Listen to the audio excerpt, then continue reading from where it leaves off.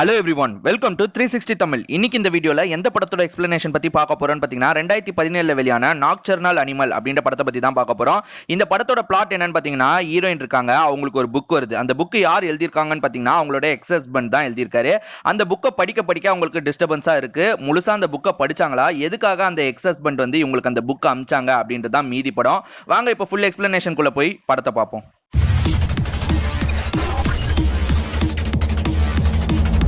படத்தோட ஸ்டார்டிங் சீனே நம்ம ஹீரோயினை காட்டுறாங்க. ஹீரோயின் பேர் என்னன்னு பாத்தீங்கன்னா சூசன் அப்படின்றது தான். இவங்க சரியான பணக்காரங்க, ஆனா நிம்மதி மட்டும் வாழ்க்கையில இல்ல. அது ஏன் இல்லன்றதை நான் பின்னாடி சொல்றேன். இப்போ அவங்க அசிஸ்டன்ட் வராரு. அசிஸ்டன்ட் வந்து உங்களுக்கு ஒரு போஸ்ட் வந்திருக்கு மேடம் அப்படின்னு சொன்னோன்னே அந்த போஸ்ட்டை இவங்களும் பாக்குறாங்க. அது எக்ஸ் ஹஸ்பண்ட் கிட்ட இருந்து வந்திருக்கு. என்னடா இவன் எதுக்கு நமக்கு போஸ்ட் திடீர்னு அமைச்சிருக்கான் அப்படின்ட்டு அந்த புக்கை பிரிச்சு பாக்குறாங்க. அதுல ஒரு புக்கு காப்பி அமைச்சு வச்சிருக்காரு. அந்த கதை பேர் என்னன்னு பாத்தீங்கன்னா நாக்சர்னல் அனிமல்னு இருக்கு. சரி, அந்த கதையை நம்ம படிப்போம் அப்படின்ற மாதிரியும் இவங்க யோசிக்கிறாங்க. இப்போ அசிஸ்டன்ட் கிட்ட சொல்றாங்க, ரொம்ப நன்றி, நீங்க கிளம்புங்க அப்படின்னு. அதுக்கப்புறம் ஹஸ்பண்டை காட்டுறாங்க. நிம்மதி இல்ல சொன்ன பாத்தீங்களா, இந்த ஹஸ்பண்டால தான். என்னன்னு பாத்தீங்கன்னா, இவர் நிறைய சம்பாதிக்கிறாரு, ஆனா இவர் தப்பான வேலைகள் பண்ணிட்டு இருக்காரு. அதாவது அஃபேர் வச்சிருக்காருன்ற மாதிரி ஹீரோயினுக்கு டவுட்டா இருக்கு. அதனால இவங்களுக்கு வாழ்க்கை மேலேயே ஒரு வெறுப்பு வருது. என்னடா பணம் இருந்தோம் இந்த மாதிரி நிம்மதி இல்லையே அப்படின்ற மாதிரி. இப்ப அந்த ஹஸ்பண்ட் என்ன சொல்றாருன்னு பாத்தீங்கன்னா, இன்னைக்கு ஒரு மீட்டிங் இருக்கு, நான் நைட் வர மாட்டேன்னு. சரி, நைட் உட்காந்து நம்ம கதை படிக்கலாம் அப்படின்னு முடிவு பண்றாங்க. இவங்களோட முன்னாள் ஹஸ்பண்ட் பேர் என்னன்னு பாத்தீங்கன்னா எட்வர்ட். அவர் தான் இந்த புக் அமைச்சிருக்காரு. அவரை நம்ம ஹீரோனே வச்சுப்போம். சோ ஹீரோவை கற்பனை பண்ணிக்கிறாங்க. இப்ப இவங்க கதை படிக்கும் போது ஹீரோயின் இடத்துல இவங்களும், ஹீரோ இடத்துல வந்து அவங்க முன்னாள் ஹஸ்பண்டையும் கற்பனை பண்ணிக்கிறாங்க. சோ இப்போ என்ன ஆகுதுன்னு பாத்தீங்கன்னா, அந்த கதையில வந்து ஒரு ஃபேமிலி கிளம்பிட்டு இருக்காங்க. அந்த ஃபேமிலில வந்து ஒரு அம்மா, ஒரு பொண்ணு, ஒரு ஹஸ்பண்ட் இருக்காங்க. சோ இவங்க மூணு பேருமே கிளம்பி போயிட்டு இருக்காங்க. கார்ல ரொம்ப தூரம் டிராவல் பண்ணிட்டு வராங்க. நைட் டைம் ஆயிருச்சு. சோ அந்த டிராவல்ல போயிட்டு இருக்கும்போது பொண்ணு வந்து தூங்கவே செஞ்சிடறா. இப்படி தூங்கிட்டு இருக்கும்போது பின்னாடி வந்து ஒரு காரோட சவுண்ட் செம்ம வேகமா வருது. இவங்களை டிஸ்டர்ப் பண்ணிக்கிட்டே இருக்காங்க. அங்க இருந்து குரல் குத்துக்கிட்டே இருக்காங்க. இவங்களுக்கு கொஞ்சம் பயமா இருக்கு. இப்படி இருக்கும்போது இந்த பொண்ணு என்ன பண்றான்னு பாத்தீங்கன்னா, திரும்பி அவங்களுக்கு நடுவிரலை காட்டிடுறா. இந்த நடுவிரலை காட்டினதுனால அவங்க என்ன பண்றாங்கன்னு பாத்தீங்கன்னா, இன்னும் டென்ஷன் ஆகி இவங்களை துரத்திக்கிட்டே வராங்க. இவங்களை இடிக்கிற மாதிரிலாம் வந்துட்டு இவங்க முன்னாடி திடீர்னு வந்து காரை விடுறாங்க. இதனால வந்து ஹீரோ பிரேக் பிடிச்சிடுறாரு. பிரேக் பிடிச்சோன்னா இவங்க வண்டி ஒரு மாதிரி நின்றுது. அதாவது டயர்ல வந்து பஞ்சர் ஆன மாதிரி ஆயிருக்கு. ஸோ ஹீரோவும் யோசிச்சுக்கிட்டே நிற்கும் போது அவன் வரான். அவன் வந்து என்ன சொல்றான்னு பார்த்தீங்கன்னா, சார் உங்க டயர் பஞ்சர் ஆயிடுச்சு அப்படின்னோன்னே, இல்ல பரவாயில்ல நான் பார்த்துக்கிறேன் சார், நீங்க எல்லாம் கிளம்புங்க அப்படின்ற மாதிரி சொல்லும் போது அந்த கேங்கே வந்துருது. அவங்க என்ன சொல்றாங்கன்னு பார்த்தீங்கன்னா, அன்பா தான் சொல்றாங்க, இந்த மாதிரி ஒன்றும் இல்லை, நாங்களா இருக்கோம்ல, டயரை சரி பண்ணிடுறோம், நீங்க வெளியே வாங்க சார் அப்படின்னு சொன்னோன்னே ஹீரோ யோசிக்கிறாரு. கடைசியா சரி வெளியே வரலாம் அப்படின்ற மாதிரி வெளியே வரவும் ஆரம்பிச்சிடுறாரு. இப்போ இவனுங்க நினைச்ச மாதிரியே பண்ண ஆரம்பிச்சிடுறாங்க. எப்படின்னு பார்த்தீங்கன்னா, டயரை சரி பண்ணலாம்னு சொன்னவனுங்க போக போக ஏடகூடமா பேசுறாங்க. இந்த மாதிரி எதுக்காக எங்களை நக்கல் பண்ணீங்க, உங்க பொண்ணு என்ன நடுவிரல் காட்டுறா அப்படின்ற மாதிரிலாம் பயங்கரமா பேசிட்டு இருக்காங்க. எங்களை விட்டுருங்க, நாங்க தெரியாம பண்ணிட்டோம், எங்களை விட்டுருங்க, நீங்க கிளம்புங்க அப்படின்னு சொல்லும்போது இப்போ என்ன ஆகுதுன்னு பாத்தீங்கன்னா, ஒய்ஃப் வெளியே வராங்க. அந்த ஒய்ஃப் ஒருத்தன் பிடிக்கிறான், பிடிச்சி உள்ள இழுத்துட்டு போறான். இப்போ வந்து இவர் வந்து தட்டி கேட்க போறாரு, ஆனா இவரையும் இன்னொருத்தன் பிடிச்சிடுறான். இப்போ என்ன ஆகுதுன்னு பாத்தீங்கன்னா, இவங்க ஒய்ஃபையும் குழந்தையும் வந்து ஒரு காருக்குள்ள வச்சு அந்த காரை வந்து இவங்க ஓட்ட ஆரம்பிச்சிடுறாங்க. என்னடா இது அப்படின்னு இவரும் வந்து தப்பிக்க ட்ரை பண்றாரு, அவங்கள காப்பாற்ற ட்ரை பண்றாரு, ஆனா முடிய மாட்டேங்குது. இங்க ஒருத்தன் பிடிச்சி வச்சிட்டான். ஸோ இப்போ அந்த கார் கொஞ்சம் கொஞ்சமா போய்கிட்டே இருக்கு. இந்த விஷயத்தை பார்த்தோன்னே இவங்க புக்கை படிச்சுட்டு இருக்கவங்க புக்கை பார்த்தோன்னே வெறுத்துறாங்க. புக்கை மூடிடுறாங்க. அவங்க ஹஸ்பண்டுக்கு கால் பண்றாங்க. அவங்க ஹஸ்பண்ட் எங்க இருக்காருன்னு பாத்தீங்கன்னா, வேற ஒரு லேடி கூட கையெல்லாம் பிடிச்சிட்டு ஒரு லிஃப்ட்ல போறாரு. லிஃப்ட்ல போகும்போது தான் இவங்க கரெக்டா கால் பண்ணிருப்பாங்க. இப்படி கால் பண்ணும்போது இவங்க ரெண்டு பேருமே பேசிக்கிறாங்க. பேசிக்கும்போது பக்கத்துல லேடி வாய்ஸ் கேட்றோம். லேடி வாய்ஸ் கேட்டோன்னே இந்த ஒய்ஃப்க்கு இன்னும் சந்தேகம் வந்துடும். ஐயோ, நம்ம ஹஸ்பண்ட் வந்து இப்பயும் அஃபேர் தான் வச்சிருக்காரு, இப்போ அவர் வேலை விஷயமாலாம் போல அப்படின்ற மாதிரி யோசிச்சு ரொம்ப வருத்தப்படுவாங்க. ரொம்ப வருத்தப்பட்டவங்க என்ன பண்றாங்கன்னு பாத்தீங்கன்னா, சரி நம்ம கதையே படிப்போம்னு விட்ட இடத்துல இருந்து கண்டினியூ பண்றாங்க. இப்போ பொண்ணையும் ஒய்ஃபையும் வந்து தூக்கிட்டு போயிடுறாங்க. இப்போ தூக்கிட்டு போனோன்னே இந்த ஹஸ்பண்ட் வந்து இன்னொரு கார், அதாவது இந்த பசங்களாம் வந்தாங்க பாத்தீங்களா, அந்த காரை வந்து ஹஸ்பண்டை ஓட்ட சொல்லிட்டு கூட ஒருத்தன் வந்துகிட்டே இருக்கான். அந்த கூட வந்து அவன் அப்படியே போய்கிட்டே இருக்கான். ஒரு குறிப்பிட்ட இடத்துக்கு வந்தோடனே காரை ஓட்டிட்டு இருக்காரு பாத்தீங்களா ஹீரோ, அவரை பிடிச்சி வெளியே தள்ளி விட்டுறான். தள்ளி விட்டு இவன் அங்கிருந்து கார் எடுத்துட்டு போயிடுறான். ஸோ அந்த இடத்துல ஹீரோ விழுந்து கிடக்காரு. கொஞ்சம் அடி வேற பட்டிருக்கும். அதனால அவரால் எதுவுமே முடியாது. அவர் அப்படியே அந்த இடத்துல படுத்துருவாரு. மறுநாள் காலையில ஹீரோ என்ன பண்றாருன்னு பாத்தீங்கன்னா, ஹீரோயினையும் குழந்தையும் தேடுறாரு. ஆனா அவங்க கிடைக்கவே இல்லை. அதனால அங்க ஒரு வீடு இருக்கும். அந்த வீட்டுல போய் போலீஸ்க்கு கால் பண்ணிக்கிட்டுமான்னு போலீஸ்க்கு கால் பண்றாரு.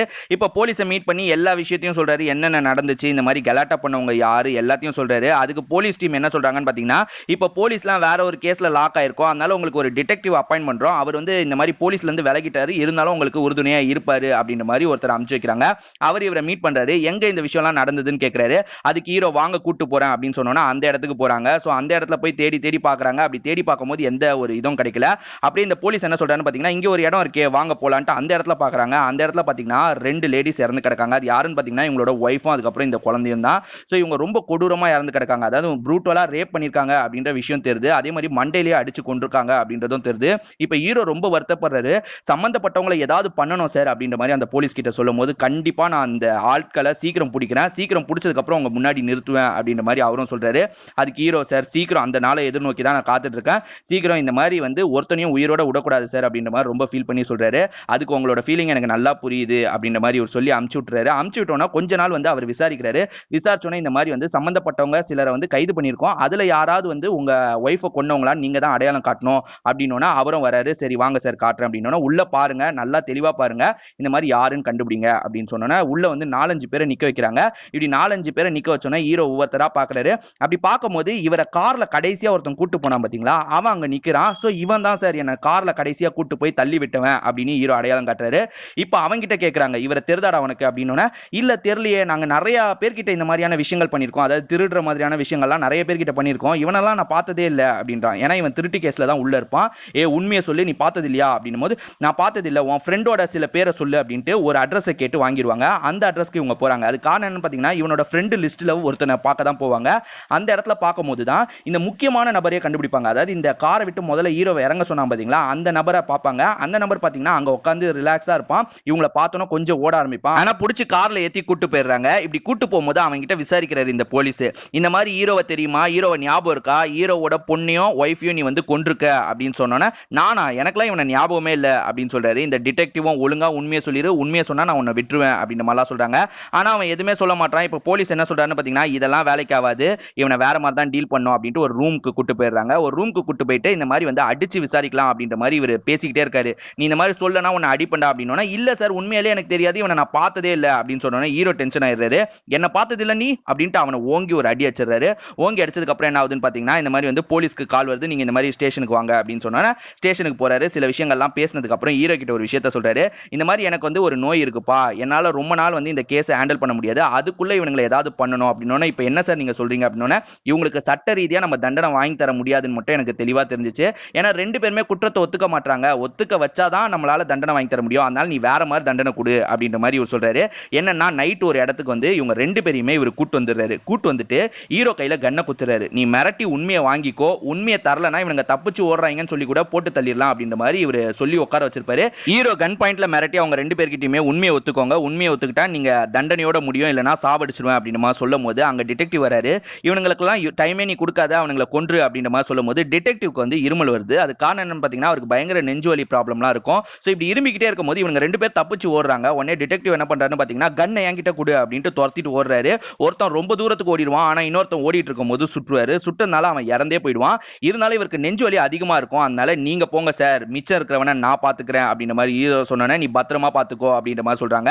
இப்ப வந்து கார் எடுத்துட்டு ஹீரோ கிளம்புறாரு. அவன் எங்க போயிருப்பான்னு தேடி தேடி அலையறாரு. எங்கெங்கயோ தேடி பாக்குறாரு. ஆனா எங்க போயிருக்கான் பாத்தீங்கன்னா, இந்த மாதிரி ஒய்ஃபையும் குழந்தையும் கொன்னு ஒரு இடத்துல வச்சிருந்தான் பாத்தீங்களா, அந்த இடத்துல போய் தூங்கி ரெஸ்ட் எடுத்துட்டு இருக்கான். சோ ஹீரோவும் கரெக்டா கணிச்சு அந்த இடத்துக்கு போயிடுறாரு. அந்த இடத்துக்கு போனோம்னா அவனை கன் பாயிண்ட்ல வச்சு திரும்பி கேட்க தான் செய்யறாரு. நீ ஒழுங்கா ஒத்துக்கோ, இல்லனா வந்து இந்த மாதிரி உன்னை கொன்றுவேன் அப்படின்னு சொன்னா அவன் அசரவே மாட்டான். உண்மையாலே நீ யாருன்னு எனக்கு புரியலடா, நாங்க நிறைய பேர் ரேப் பண்ணிருக்கோம், அதனால யாருன்னு எங்களுக்கு தெரியல அப்படின்னு இவர் செம்மையா வருத்தப்படுறாரு. அட பாவீங்களா, இதே தான் வேலையா வச்சிருக்காங்களா அப்படின்ட்டு. சோ இப்போ வந்து இவர் சில விஷயங்கள் எல்லாம் சொல்றாரு. சொல்லும் போது தான், ஓ நீதானா அது, ஒரு பொண்ணு இருந்ததே, அந்த பொண்ணு கூட ரொம்ப அழகா இருந்ததே அப்படின்ற மாதிரிலாம் பேசிட்டு இருக்கான். சோ இப்படி பேசிட்டு இருந்தோன்னா ஹீரோக்கு செம்ம ஆத்திரமா வருது. இப்படி ஆத்திரம் வரும்போது அவன் ரொம்ப தெனாவட்டா எந்திரிச்சு வரான். டே இந்த மாதிரிலாம் நாங்க நிறைய பண்ணியாச்சு, உனக்கு என்னடா பிரச்சனை, என்ன பண்ணுவடா, உன்னாலாம் சுட முடியாது, நீ தைரியமானவனே கிடையாது அப்படின்ற மாதிரி பேசும்போது என்ன ஆகும் பாத்தீங்கன்னா, ஹீரோ வேற வழியே இல்லை, இவனை சுற்றணும் அப்படின்ட்டு சுட ஆரம்பிச்சிருவாரு.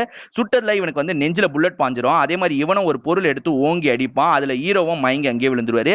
இப்ப மறுநாள் காலையில விடிஞ்சிரும், அவன் இறந்தே போயிருப்பான். இப்ப ஹீரோ மட்டும் அப்படியே பொறுமையா எந்திரிக்கிறாரு. எந்திரிச்சா இவரோட கண்ணு வந்து சரியாவே தெரியாது. அது காரணம் என்னன்னு பாத்தீங்கன்னா, கண்ணுலயே சரியா அடிச்சிருப்பான். இப்ப கையில வந்து கன் இருக்கு, அந்த கன்னோட நடந்து போறாரு. கண்ணும் சுத்தமா தெரியல. இப்படி நடந்து போய்கிட்டே இருக்கும்போது என்ன ஆகும் பாத்தீங்கன்னா, ஒரு இடத்துல அவர் தடுக்கி விழுவாரு. தடுக்கி விழுறதுல இவரே வந்து இவரை சுட்டுப்பாரு. அதுல இவர் அங்கேயே இறந்துடுறாரு. இறந்தோன்னு அப்படியே வந்து நமக்கு அந்த க்ளோஸ் ஷாட்ல காட்டுவாங்க. க்ளோஸ் ஷாட்ல காட்டினோன்னா கதை முடிஞ்சிருது. அதாவது அவர் எழுதியிருக்க கதை இதுதான்.